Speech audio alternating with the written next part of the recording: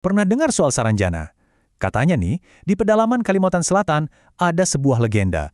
Legenda tentang kota yang super maju, super megah, bahkan bisa nyaingin kota-kota metropolis modern kita.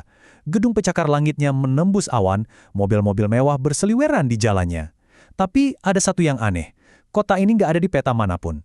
Selamat datang di Saranjana, kota gaib. Nah, ini bukan cuma pertanyaan, gimana kalau? Buat seorang kurir bernama Rizky, ini jadi kenyataan yang bikin bulu kuduk berdiri.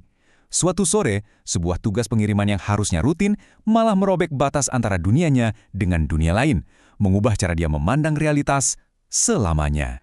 Buat Rizky, hari itu awalnya ya biasa aja. Sebagai kurir di Kota Baru, Kalimantan Selatan, dia udah hafal banget lah setiap tikungan dan jalan pintas di sana.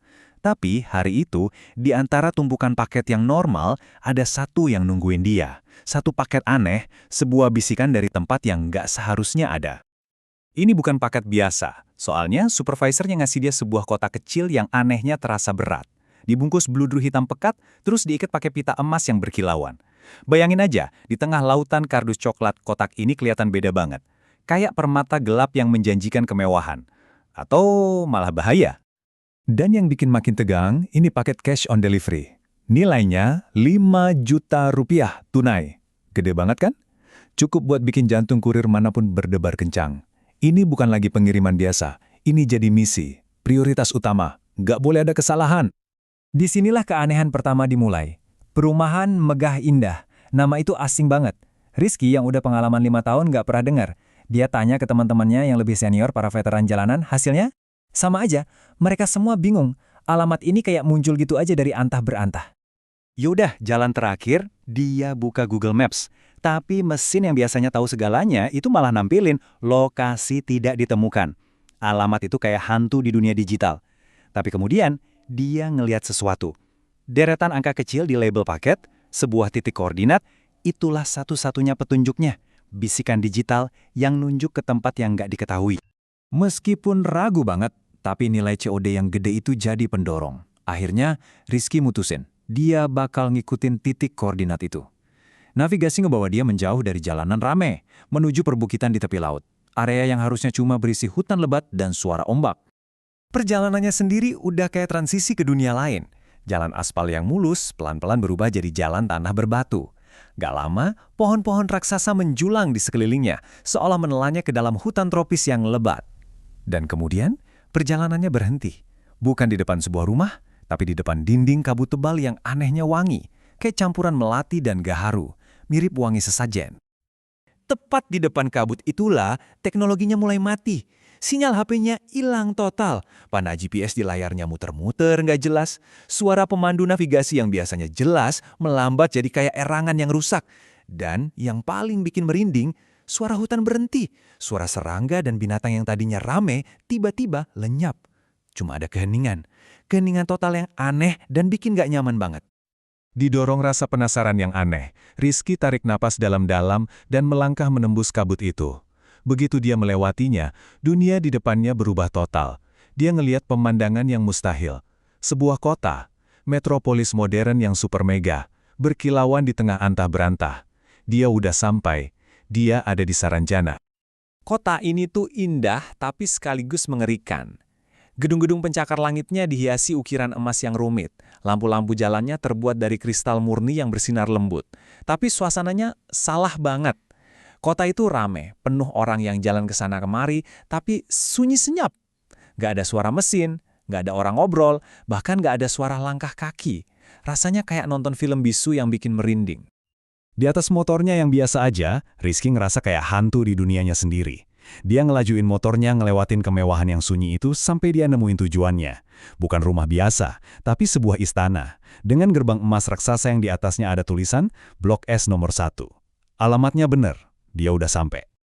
Jantungnya udah dak-dikduk gak karuan. Rizky menekan bel. Tanpa suara, gerbang emas itu kebuka sendiri. Dari balik pintu yang megah, sesosok pria muncul buat nemuin dia.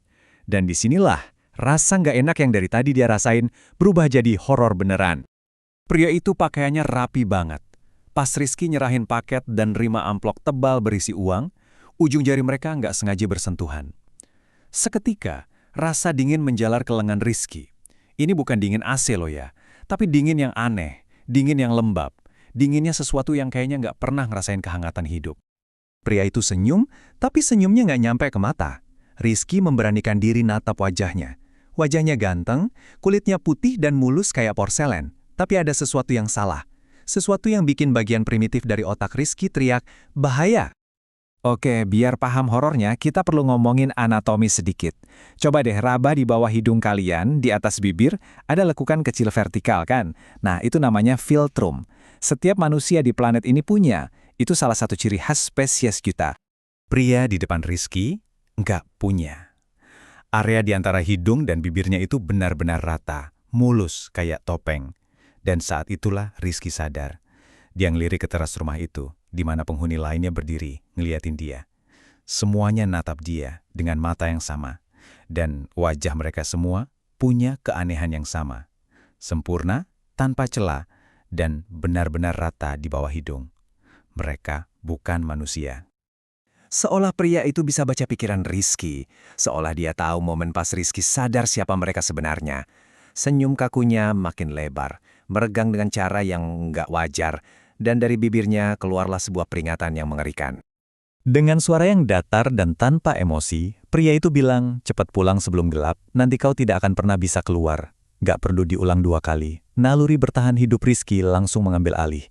Dia lompat ke motornya, ngegas sekencang-kencangnya, dan kabur dari kota sunyi yang penuh makhluk-makhluk mustahil itu. Dia nerobos balik dinding kabut wangi itu, dan dunia kembali bersuara. Suara hutan menyambutnya lagi. Dia udah kembali. Sambil ngos-ngosan, dia ngecek HP dan langsung lemes. Jam nunjukin pukul 9 malam. Di dalam kota itu, rasanya cuma 10 menit, tapi di dunianya, 5 jam udah hilang begitu aja. Dan bukti pertemuannya itu nyata. Uang 5 juta itu asli. Tapi, aneh. Uangnya bau kayak tanah kuburan yang baru digali dan selalu terasa dingin dan lembab. Bahkan pas dijemur di bawah terik matahari. Pertemuan itu juga ninggalin jejak di badannya. Rizky demam tinggi selama 3 hari. Seolah tubuhnya berusaha ngusir energi asing yang nempel. Pengalaman Rizky ini lebih dari sekedar cerita hantu biasa. Ini tuh sebuah peringatan. Sebuah pelajaran berharga dari perbatasan tipis antara dunia kita dan dunia mereka.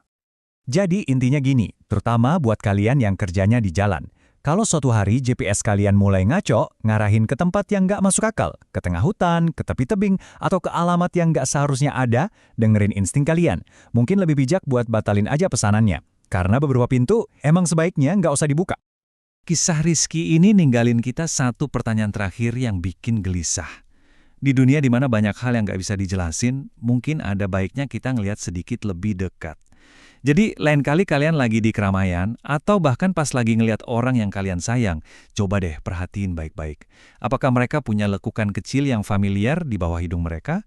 Atau jangan-jangan rata?